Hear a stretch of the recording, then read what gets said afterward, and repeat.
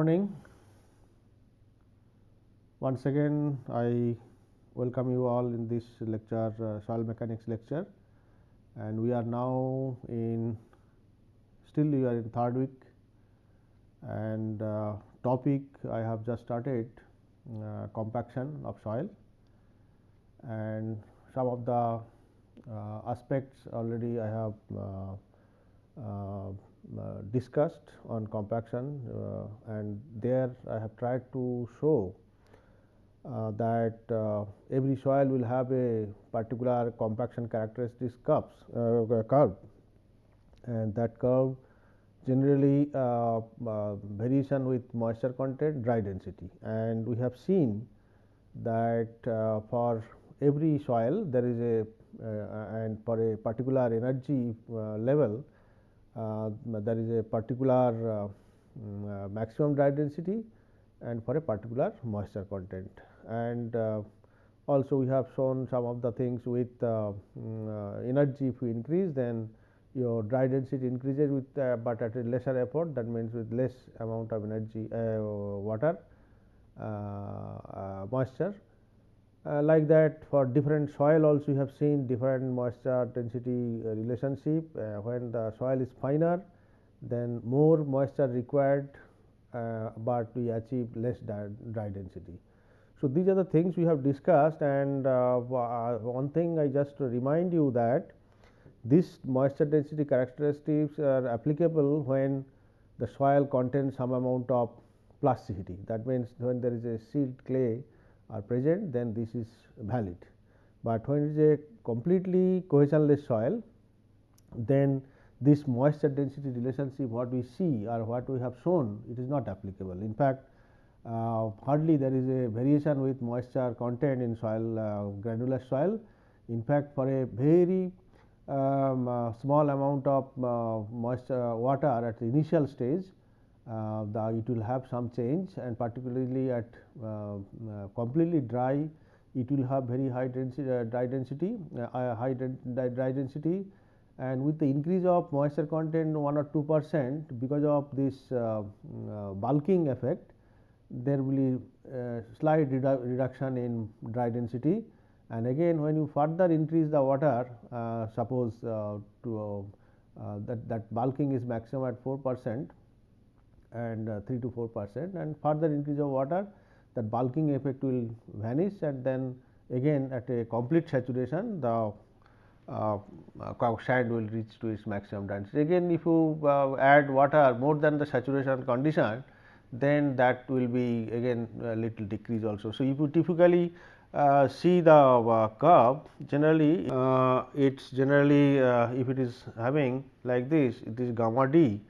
So, for sand it comes like this and is like this. So, this variation is again not very large, and this water content also is not a very large range, it is within a small range only. It is only beyond 4%, those effect goes, and then we will get at saturation we will get the maximum dry density. So, this whatever moisture density characteristics we have shown for a soil, that is applicable when soil contains some amount of plasticity, that is silt and clay. Now, we will discuss further. We have seen that there is a definite amount of moisture required for achieving maximum dry density, but there is some situation that there are various application, and particularly in the field, whatever you have achieved in the lab exactly will not be able to achieve. So, in that case, what are the ranges which we can do for to achieve satisfactory result. So, for this actually we have shown this table. You can see here actually it is shown different types of work like road with 0 to 5 meter, road with greater than 5 meter, small earth dam, large dam, embankment, foundation, wall, trench, clay liner, different types of works where we do this type of compaction which I have discussed, that is shallow compaction or densification by roller and other equipment. And in that actually percent of modified maximum dry density, that is 90 to 105. That means how much whatever dry density you get, how much you should at least achieve. So, we can achieve 90 to 105. So, that means less or more also, and in road if it is 90 to 95, small arc dam 90 to 95, most of the cases actually approximately 95% is the most common work, where actually whatever we get in the laboratory we should at least able to achieve 95% of that. Most of the this is the specification generally will give in terms of Proctor compaction, that you have to compact with a Proctor density 95% of Proctor density, 98% of Proctor density, like that. And similarly, similar to that maximum dry density, there is also moisture content variations, because you may get in the laboratory 15.2 or percent water content maximum dry density, but in the field we will not be able to achieve that exactly. In that case, we have to put some range. So, that range maximum permissible length range for different work, it is given for the small arc dam, it can be -1 to +3%, that -1 means less than optimum -1%, and plus means more than +3% optimum. Similarly, for large dam -1 to 2, for embankment -2 to 2, and it is foundation -2 to again, like that, all variations. So, these are the things guidelines actually when you do in when you practice these compaction activities in the field, these are the things one has to keep in mind.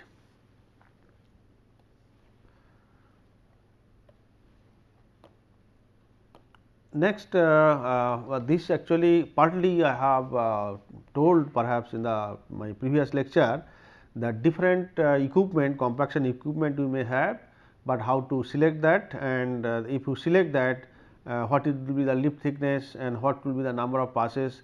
This is the for different rollers, actually it is shown here. You can see that if it is a sheep foot roller, then what type of soil you can apply for fine grained fields or coarse grained fields with more than 20% fine. That means, when silty when fine soil is present, then only we go for sheep foot roller. So, that is the requirement shown here, and when you compact this type of soil, you have to use a lip thickness of 150 millimeter, that means 6 inches approximately, and how many passes depends on how much dry density you want to achieve. Sometimes 4 to 6 passes for fine grain fields and 6 to 8% for coarse grain fields.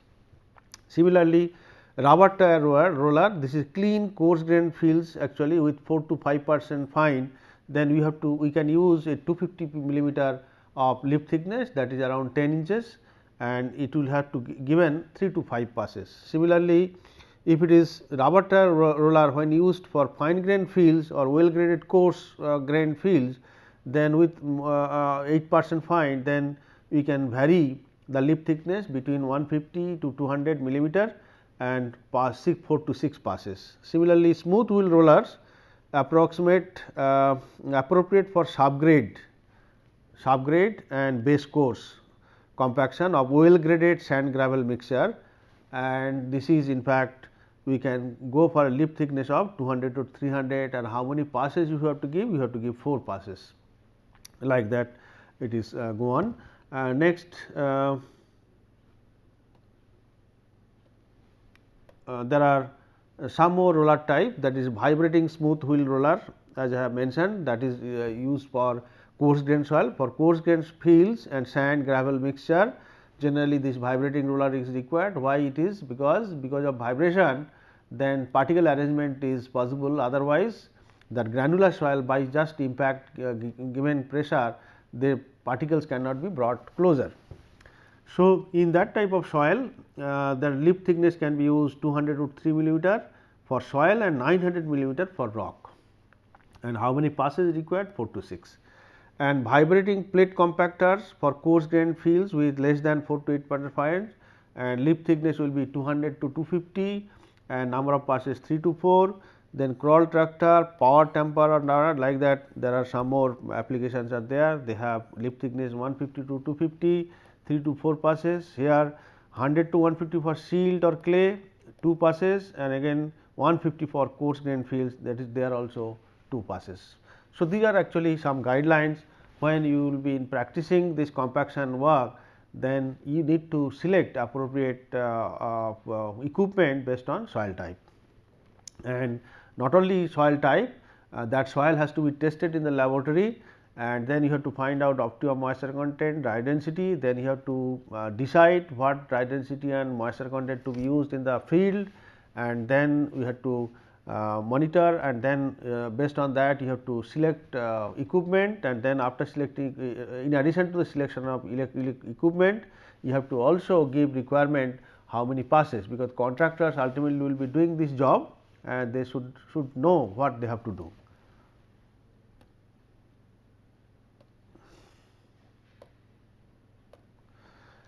And this is compaction. The conventional compaction actually is used for earthworks, the road, embankments, dams, slope, parking lots and sports field.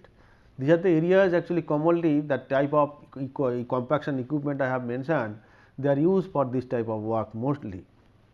And it has some advantages and it has some disadvantages. What are the advantages? Advantages are construction equipment is readily available, that with this type of roller and whatever I have mentioned, they are very easily available and it is well established.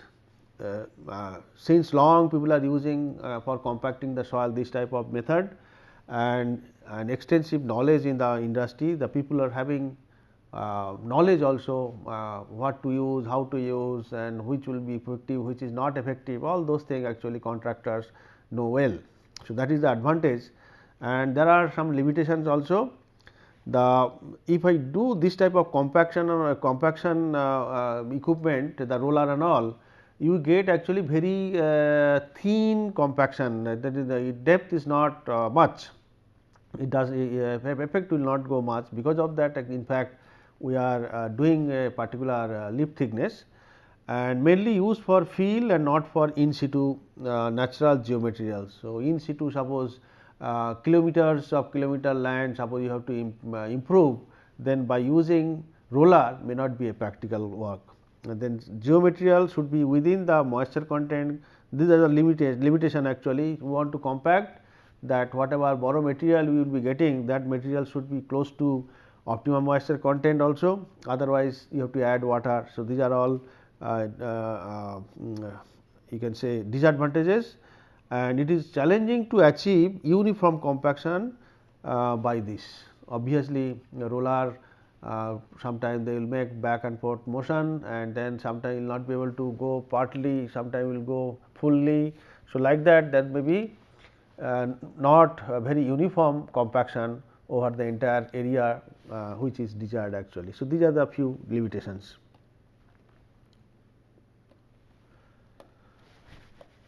And then another thing is, as I have mentioned, that when we change the level of energy, then automatically what happens, your compaction curve shifting left and with higher dry density, like you have one compaction curve for a particular soil with this much energy, the another is second level of energy, there is another third level of energy. So, everywhere actually we are shifting left and with higher dry density. And suppose in my requirement is some gamma d, which is actually this one, and I have drawn a line from here to here, and with 3 compaction curve with 3 different energy level is drawn here, and then my required dry density I made a horizontal line. And you can see that the lowest energy level, the compaction curve, is actually below the requirement. That means, we cannot choose that energy. So, and other case actually there is a energy level 2 and 3, they are actually intersecting my required dry density. So, that means, we can choose either this and this, and if you choose this one energy level 2, then your moisture range actually narrow from here to here,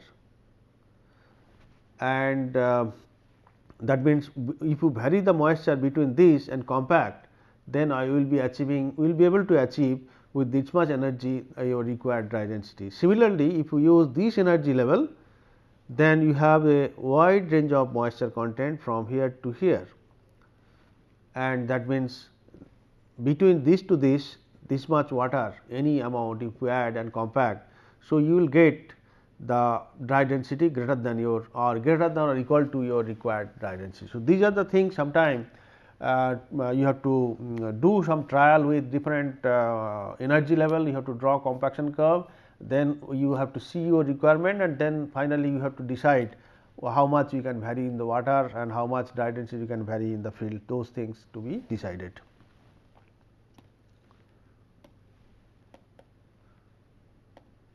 Similarly, here sometime we have some compaction curve of different energy level, and suppose by one point method also sometime we can find out what will be the optimum moisture content. So, if I use, I have suppose a curve with one energy level, I have another curve with another energy level, but I neither use this energy neither nor use this energy, then I have to use some other energy, and by that energy if you can draw or you can conduct one test and find out a point, and that can be imaginary compaction curve taking with respect to this can be drawn, and from there we can actually find out the optimum moisture content. How? Suppose the imaginary the one point where dry density and moisture content, if you plot in this, it comes suppose here, and then since the trend of curve like this. So, if the energy level is between this and close to this, then I can draw a curve,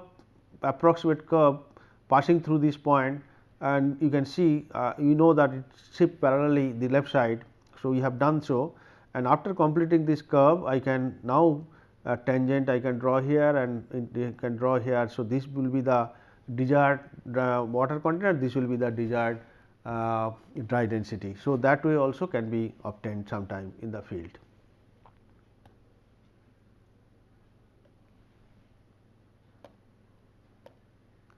This is also another technique sometime can be used. So, different energy level we have conducted the test, and corresponding dry density we have got. Suppose this is one point with energy 1 and this is another point energy 2. So, these 2 points are actually plotted and it is a log curve. It is observed that it is a straight line, and then if this curve we have, and if you want to use some other energy corresponding dry density and energy, suppose if it is plotted like this versus this and this versus this, and now suppose I will use some other energy somewhere here, then I will produce on this, and then from here I can get the what is the dry density I can achieve with this much variation of energy. So, that also can be sometime can be obtained in the based on if you have already some data, and because these are all standard energy suppose, and if you want some other non standard energy, then and or sometime some definite energy, for that corresponding to that energy what will be the dry density can be achieved, that can be obtained by this.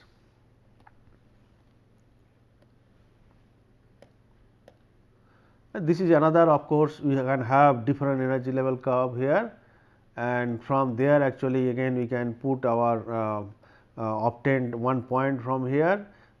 From here obviously you can, they are all very close lines. So, automatically the curve will fall somewhere here. So, from here also one can find out optimum. So, if you have the master curve like that for a same soil for different energy, if you have this plot, then if you do one test with different energy, that can be come somewhere here also slightly here below. So, then I can draw a curve like this, and then from there I can find out optimum moisture content and dry density.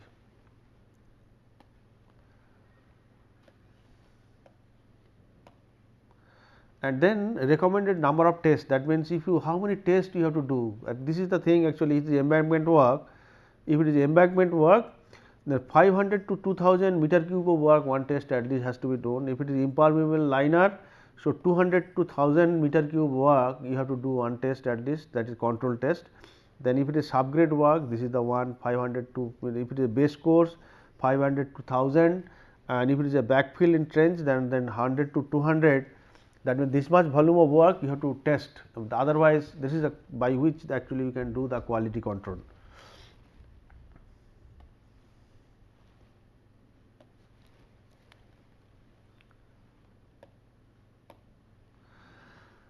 And this quality control and assurance, that is very important, because compaction work mostly done this way, like this is first of all you have to select if there is suppose road will be constructed, then first road alignment will be fixed and then dimension will be fixed, and then nearby there will be borrow pit will be fixed. There are several locations may be available, and based on that you have to collect the soil from different sites and then test, and then considering several aspect, transport cost, material cost and moisture content, optimum dry density to be obtained. Based on all those things you have to select one or two, and after selecting that, so it will be excavated, transported by truck and put it in the construction site, and then it will be spread in desired lip thickness, and then it will be roller put roller, and if there is a moisture requirement, then water will be sprinkled over it. This is the way work done, but this work actually when the large amount of work to be conducted completed, and then several workers will be working there, and sometime quality that as desired sometime may not be maintained. So, that for that actually grossly you have to check time to time what is the compaction achieved, and then only you have to certify that it is done and you go to the next. So, like that for quality control this type of work is very important, and for this quality control work important for conventional compaction, because it often involves large area construction. Quality control typically include the following: quality of field material, whether right material is chosen, the type, gradation and error bug limits. So, because you are using suppose ship foot roller, but there is no plastic, it is a sand, or it is sand and only smooth wheel roller is used, then it will not be correct. So, all those things to be checked.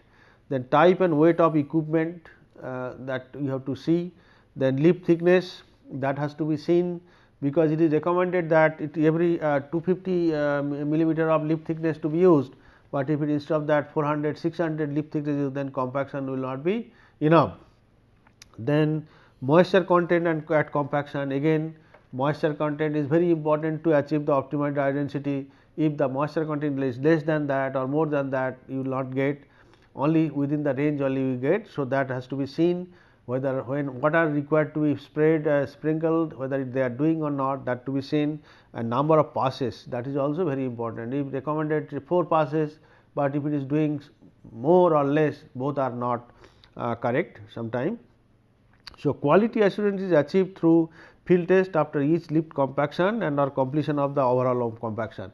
So, every lift, so long distance 200 millimeter suppose thick layer will be compacted, and after completion of that stage one can do a field compaction test density test, and then finally ensure that required dry density is achieved. So, for that actually there are number of methods are there. Sand cone method, there is a method called sand cone method, then to find out density, the rubber balloon, nuclear gauge, dynamic cone penetrometer, soil stiffness gauge. There are so many equipment nowadays available, but typically most easiest way actually what we can do, that sand replacement method, that we make a hole or a pit in the site, collect the soil, and you find out the weight and moisture content. If you can find out the then whatever peat we make, suppose there is a ground surface is that peat is made something like this, and if you the peat generally you cannot make such a irregular such a regular shape, maybe some irregular shape. So, you have to find out this volume. This volume generally determined by filling by sand, and that sand actually having definite density. So, how much sand has gone here and weight to be taken, and if I know the density, then this by gamma you get the volume. So, once you get the weight divided by this volume will give you the bulk density, and bulk density divided by water 1 plus W will give you the dry density. That way actually easiest way we can do, but for doing this actually we need 1 day time minimum, because to determine the moisture you have to keep it in oven and at least 24 hours you have to wait. So, for that nowadays many alternatives are there, actually you can do directly in the field, and one such method is that is non destructive method.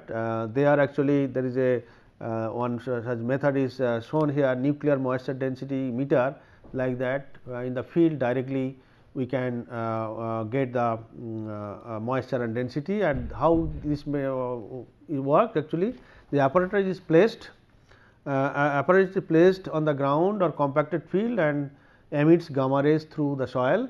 Some of the gamma rays will be absorbed, others will reach to a detector, and soil unit weight is inversely proportional to the amount of radiation that reaches the detector. So, that is the way it works, and it also can sometime measure the moisture.